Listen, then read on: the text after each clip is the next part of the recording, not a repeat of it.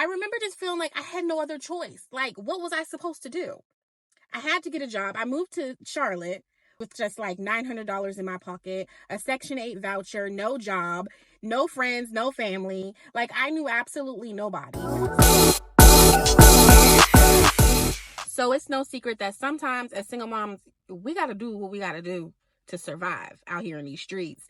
And now that I have lived the single mom life and my kids are grown, I feel like this is a fun way to try to heal from the trauma that can sometimes come with single motherhood. I hired a babysitter off of Craigslist to watch my kids during my midnight shifts at the hospital. So in 2012, I was living in Charlotte with just me and my kids, no family, no friends. And it was very hard for me to find childcare because at that time, I had already been living in Charlotte for like 2 years and I made too much for like assistance to get childcare with assistance. So I had to figure out my own way to get childcare. I was making like $11 an hour at the time, and I didn't have much to work with. That left me with like $100 and some a week or something. So I went on Craigslist and I found this girl. She was like 17 years old. And I reached out to her. I interviewed her in the McDonald's play area.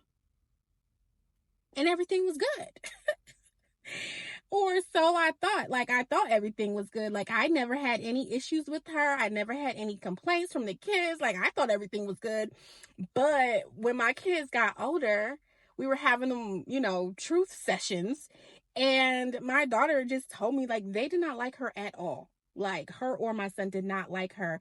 When I asked why they didn't like her, and they were saying, like, because she never watched them. Her mother was watching them. And I was like, what? They were like, that I would drop them off at the girl house and the girl would be there and then she would leave and like they would be with her mom the whole time. And the kids was like that they didn't like her mom because her mom was like really cold to them and she was like really mean. And like she had a son the same age as my son. And she said whenever they would like get in trouble, she would really, really come down on my son and would never really say anything to her son. So my kids were just like that they didn't like her at all. So I'm like, damn, why y'all just now telling me this? But you know what? Honestly, I feel like if that's the worst, and this may be so bad for me to say, if that is the worst thing that happened during that time, I feel like I lucked up because that was so risky. Like Craigslist, like that was so risky, and that could have gone way, way wrong. I used to leave my kids in the car to go on job interviews. Again, another Charlotte adventure, living in a state with no family or friends. And I just had to do what I had to do because, again, childcare, I don't know what was wrong with the public assistance in Charlotte, but I could never get approved. Like I applied like 2 or 3 times and I would just get denied. So I had to take matters into my own hands, and I just felt like the kids had to come with me to job interviews because what other choice did I have? So, I had to do what I had to do.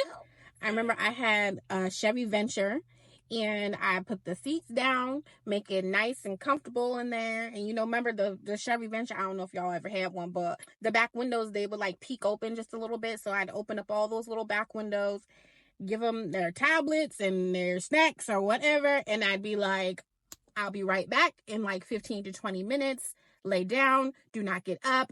If there is an emergency, just come inside.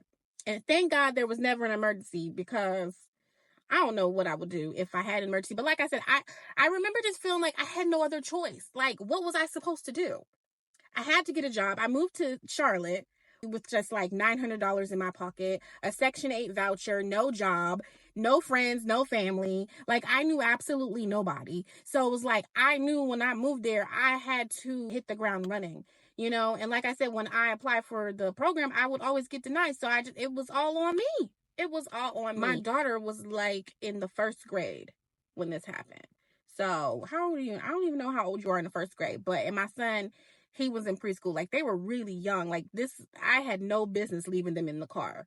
But like I said, I just felt like I had no other choice, and this is what I had to do to fucking get a job to start our new life. And sometimes I just sit back and I think, like, I thank God so much that He showed me favor during that time, because I went through a lot trying to find a job, trying to find somebody to watch my kids, trying to start our new life. Like, I went through so much. So in my head, I wasn't really thinking about the risk that I was taking by leaving my kids in the car. I was just trying to get ahead. I really was. And it's just like even talking about it now, I sort of kind of want to cry a little bit, because this is like, whew, like, thank you. Like, thank you so much. Okay, that's on to the next one. Whew, Jesus. I purposely used to not work just to be eligible for welfare. Now, hear me out, because I feel like some people may get a little bit judgy on this one. But when you apply for public assistance or welfare, like, there's an income requirement, and you have to meet the income guidelines, stay under that income requirement to be eligible for that, right? And I feel like the welfare system is a trap, because they are focused on you working, which is all right. Okay, everybody needs to work. They don't want to hear about you wanting to go to school. They don't want to hear about your education. They want to hear that you got a job and that you keeping that job, right? And for me, I just feel like that's backwards, because I feel like your education should come first. So what I did was I went and got certified as a CNA or STNA, whichever it is, wherever you live. And then I went and got a PRN job. Now, people think like PRN jobs, you don't get no hours because it's as needed. But no, well, at least at the places that I worked, no, you only had to keep a minimum hours. So I would work that minimum, like literally like 10 hours, 15 hours every year around recertification time. I'd work like 10, 15. So that way when they ran my income, it was like I wasn't really working that much. Then when it wasn't recertification time, I work a whole bunch of fucking hours, save my money, focus on school, graduate, and I did all those things. I did all of them things. So my little plan worked, but I feel like when you tell people that you're purposely not working to go to school, like, their perception of you as a single mom and on welfare is like, oh, you're one of those. Like, you just want to use this. You just want to sit on your butt and collect a check. No, I don't. I have goals. I have a plan, and my plan doesn't work the same way as the welfare plan. So I finessed my little plan to help me get ahead, and it worked. I also feel like sometimes people forget that you can use public assistance as a stepping stone. And I say this all the time. Like, use it as a stepping stone. Like, sometimes people are just like, oh, don't get on welfare if you truly don't need it. No, fudge that.